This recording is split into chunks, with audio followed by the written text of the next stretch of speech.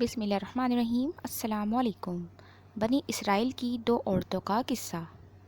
ابن جوزی رحمۃ اللہ علیہ فرماتے ہیں کہ ایک حدیث میں آیا ہے کہ بنی اسرائیل میں عجیب و غریب واقعات پیش آئے ہیں، ان کے واقعات بیان کیا کرو جن سے کوئی نہ کوئی عبرت حاصل ہوگی۔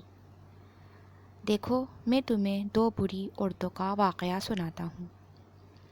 بنی اسرائیل میں ایک شخص اپنی بیوی کو بہت محبوب رکھتا تھا۔ اس کی والدہ نہایت نیک بخت بوڑھی عورت تھی۔ ادھر اس کی بیوی کی والدہ بھی بوڑھی تھی، مگر تھی بڑی چنچل۔ اتفاق سے ان دونوں میاں بیوی کی مائیں دونوں بوڑھی عورتیں نابینا تھیں۔ اس کی بیوی کی ماں اپنی عادت کے مطابق اپنی بیٹی یعنی اس شخص کی بیوی کو بہکاتی اور اکساتی رہتی، جس سے آئے دن ساس بہو میں سخت جھگڑا رہتا تھا۔ آخر یہ شخص تنگ آ کر اپنی ضعیف و ناتواں والدہ کو ہمراہ لے کر نکل کھڑا ہوا اور ایک لکودک بے آب و گیا جنگل میں اس کو چھوڑ آیا، جس سے اس کا مقصد یہ تھا کہ وہ بے آب و دانہ یہاں پڑی رہ کر مر جائے گی اور اس کو جنگل کے درندے پھاڑ ڈالیں گے۔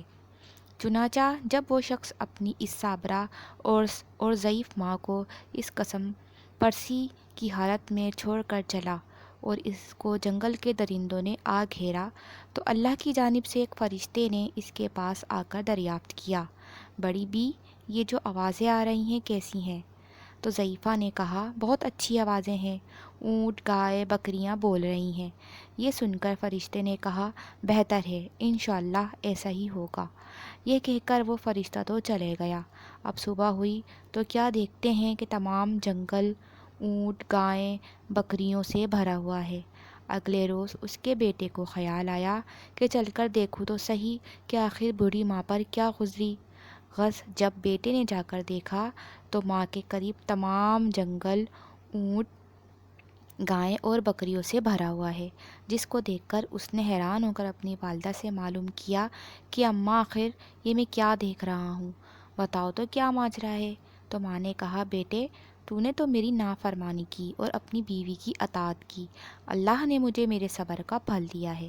اپنی والدہ کی یہ گفتگو سن کر وہ شخص بہت نادم و شرمندہ ہوا اور اپنی والدہ کو اس عطائے خداوندی کے ساتھ گھر لے آیا۔ اب کیا تھا، اس کی بیوی کو ساس کی یہ نعمتیں دیکھ کر کیسے برداشت ہوتا؟ وہ اپنے شوہر سے ضد کرنے لگی کہ میں اس وقت تک ہرگز تجھ سے خوش نہ ہوں گی جب تک تو میری بوڑھی نابینا ماں کو بھی اسی جنگل میں نہ چھوڑ آئے جہاں تو اپنی ماں کو چھوڑ کر آیا تھا۔ مجبوراً وہ شخص اپنی بیوی کی ماں کو بھی وہیں لے جا کر چھوڑ آیا۔ اب جب شام ہوئی اور اس بڑھیا کو درندوں نے آ کر گھیر لیا، تو پھر خدا کے حکم سے اسی فرشتے نے آ کر اس بوڑھی عورت سے معلوم کیا کہ یہ کیسی آوازیں ہیں جو تو سن رہی ہے؟